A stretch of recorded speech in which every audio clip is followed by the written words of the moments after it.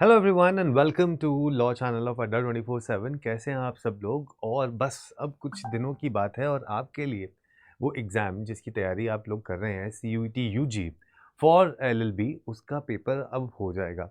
लेकिन अभी भी लास्ट के दिनों में एक ऐसी कौन सी सटीक और सीक्रेट टिप्स हैं जो आपको टॉपर बना सकती है और आपका सपना पूरा कर सकती है लॉयर बनने का।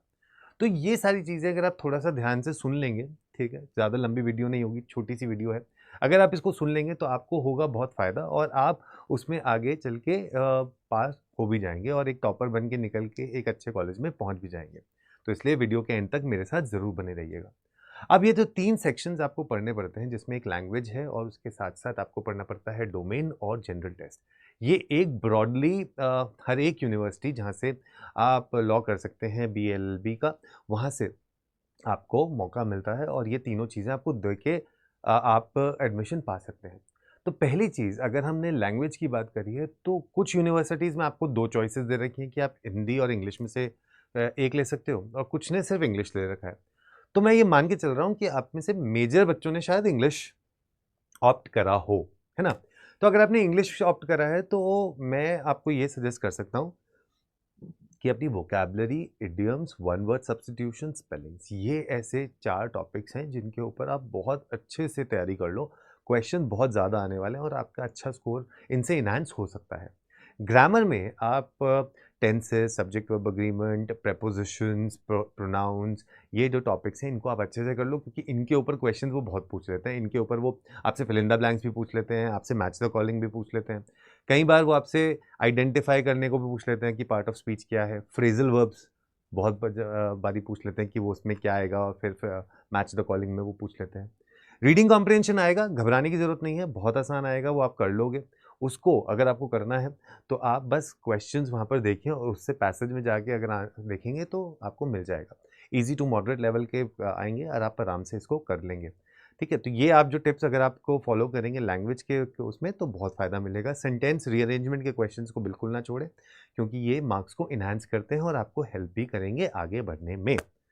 फिर आते हैं तो ये तो लैंग्वेज की बात हो गई, है ना? तो लैंग्वेज में अगर आपने इतना भी कर लिया तो आप काफ़ी अच्छा अब तक इस पेपर को क्लियर कर लेंगे और आगे बढ़ जाएँगे और अच्छा स्कोर आपका आ जाएगा। अब आते हैं हम सेक्शन 2 पे जो कि है डोमेन। डोमेन में लीगल स्टडीज़ है। अब आप में से कुछ बच्चे ऐसे भी होंगे जिन्होंने लीगल स्टडी शायद क्लास 12 में पढ़ा ही ना हो और आपको लग रहा है, अरे! ये क्या हो गया? अब कैसे होगा? कैसे करेंगे?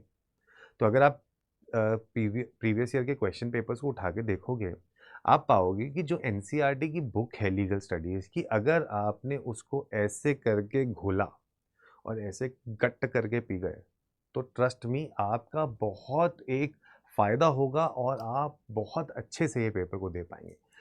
मेजरली मुझे नहीं लगता ऐसा कि अगर आपने एनसीईआरटी की बुक के अलावा कुछ चीज़ करने की ज़रूरत पड़ भी सकती है, लेकिन आप उसकी रेफ़रेंस ले सकते हैं कि आप अगर हमारे यहाँ बैच आपने ले रखा है तो वहाँ तो हम आपको पढ़ा ही रहे हैं, प्लस यूट्यूब पे भी आपकी क्लासेस हम लोग ले रहे हैं। लेकिन उसके अलावा एनसीईआरटी की वो बुक को एक अपनी बाइबल मानते हुए, एक गो टू सॉल्यूशन मानते हुए आपने उतना कर लिया अगर, तो मुझे ऐसा लगता है कि आपका डोमेन वाला जो सेक्शन है वो आपके काफ़ी अच्छा स्ट्रॉन्ग हो जाएगा और आप उसमें अच्छे से मार्क्स पा जाएँगे।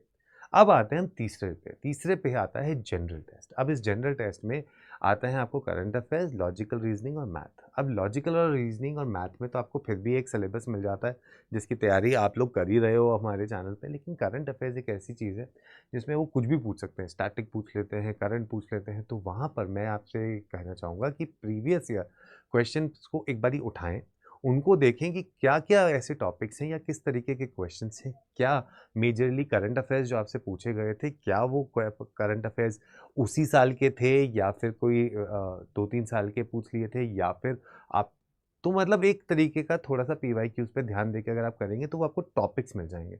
और जैसे ही आपको वो टॉपिक्स मिलते हैं तो आपको वो काफ़ी हद तक हेल्प भी हो जाता है। That will help you out in growing as well as understanding कि मुझे क्या-क्या चीज़ों पे थोड़ा ध्यान देना चाहिए। अगर आप ये कर लें, तो आपको मतलब बहुत फ़ायदा होगा। अब इसके साथ-साथ अगर आप रेगुलर मॉक टेस्ट दे रहे हैं, अगर आप रेगुलर उनकी प्रैक्टिस कर रहे हैं, रेगुलर उस मॉक टेस्ट को एनालाइज़ कर रहे हैं, तो ये भी एक टिप आपके आखिरी के दिनों में आपका स्कोर को एनहांस कर सकती है ऑफ वेरियस सेक्शंस। तो ये चीज़ें आप ज़रूर करें जो कि आपको बहुत फ़ायदा इसमें देंगे, राइट?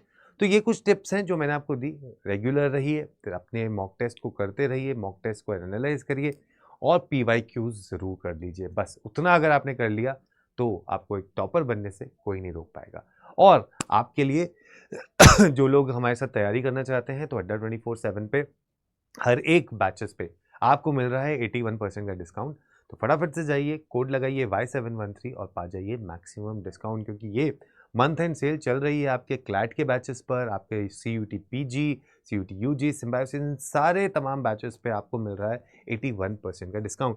और अगर आप मॉक्स लेना चाहते हैं किसी भी पेपर के, चाहे वो जामिया मिलिया इस्लामिया के हों, चाहे वो MHCT के हों, चाहे वो सिम्बायोसिस के हों या फिर हों CUT UG के, तो आपको कोड लगाना है S713। तो फटाफट से जाइए, टेस्ट सीरीज लीजिए और अपनी तैयारी को ले जाइए एक कदम आगे। All the best and see you in one of the top colleges for law and see becoming you a lawyer. Take care. Bye bye.